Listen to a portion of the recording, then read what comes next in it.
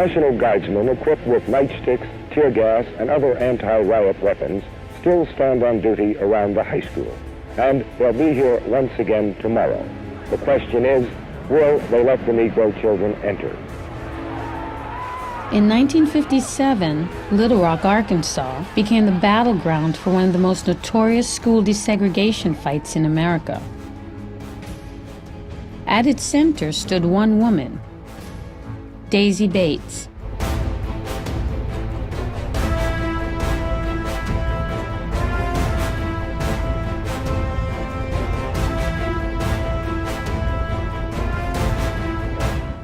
I never know when they're going to pass here and blow this house to bits.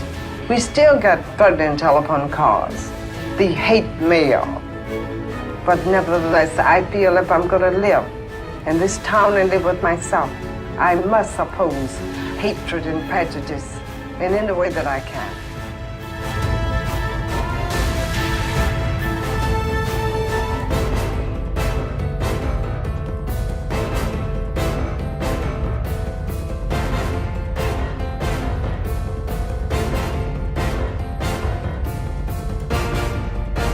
2 years after the Brown decision, Daisy marched into Blossom's office and demanded that he integrate the schools.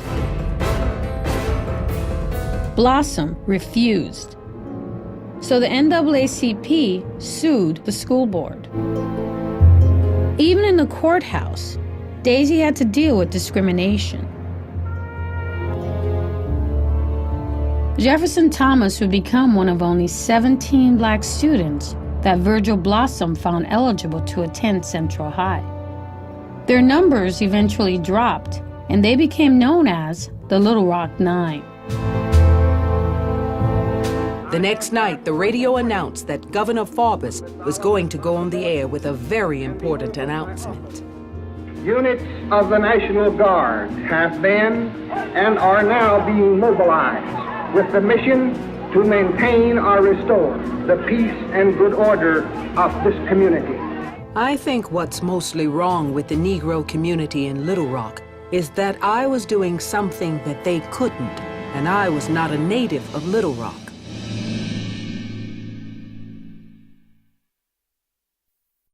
Go out and tell the story. Let it echo, echo, echo, echo, far and wide, and make them hear you. Make them hear you. How justice was our battle line. How justice was denied. Make them hear you. Is saying, I declare all high schools closed. All right, we had only one. What I get out of this trip is basically an opportunity to learn about my history, because I didn't learn anything about my history other than, coming from slaves. So this trip I've been able to learn about Daisy Bates, someone who I did not know anything about. I got a chance to learn a lot about her work involved in the Civil Rights Movement, working with Martin Luther King and the Little Rock Nine. So that's been a blessing for me because I've been able to just appreciate more so of black culture and black history. To make them hear you.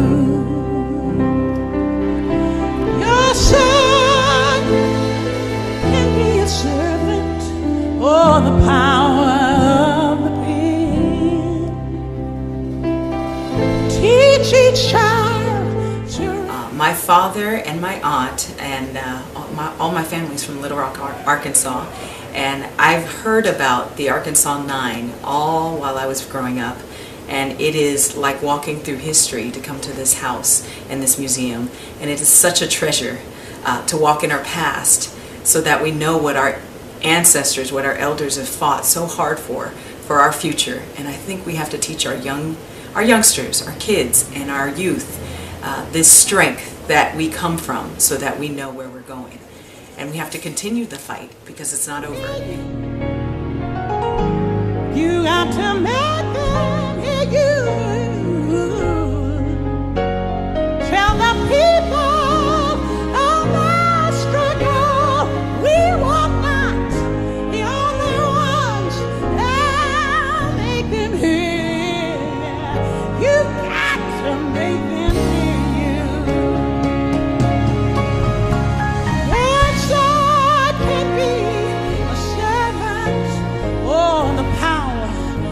the pen.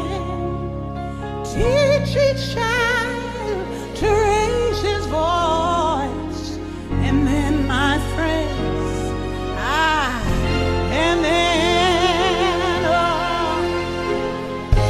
will justice be denied? A million righteous men. We learned about the marching and stuff, but we didn't really learn about our heritage. For instance, how they did this, I never knew about the 9. Like, never in my life how we learned about that. And it just like opened me up how like they had all that dedication, perseverance just to get stuff for us in the future. And like we still gotta work that off and show and keep on like proving why they work for it. It meant a lot. I learned a lot about a lot of Black history that I knew a little bit about, but I learned a lot more. I actually loved it. I actually want to come back one time with my family.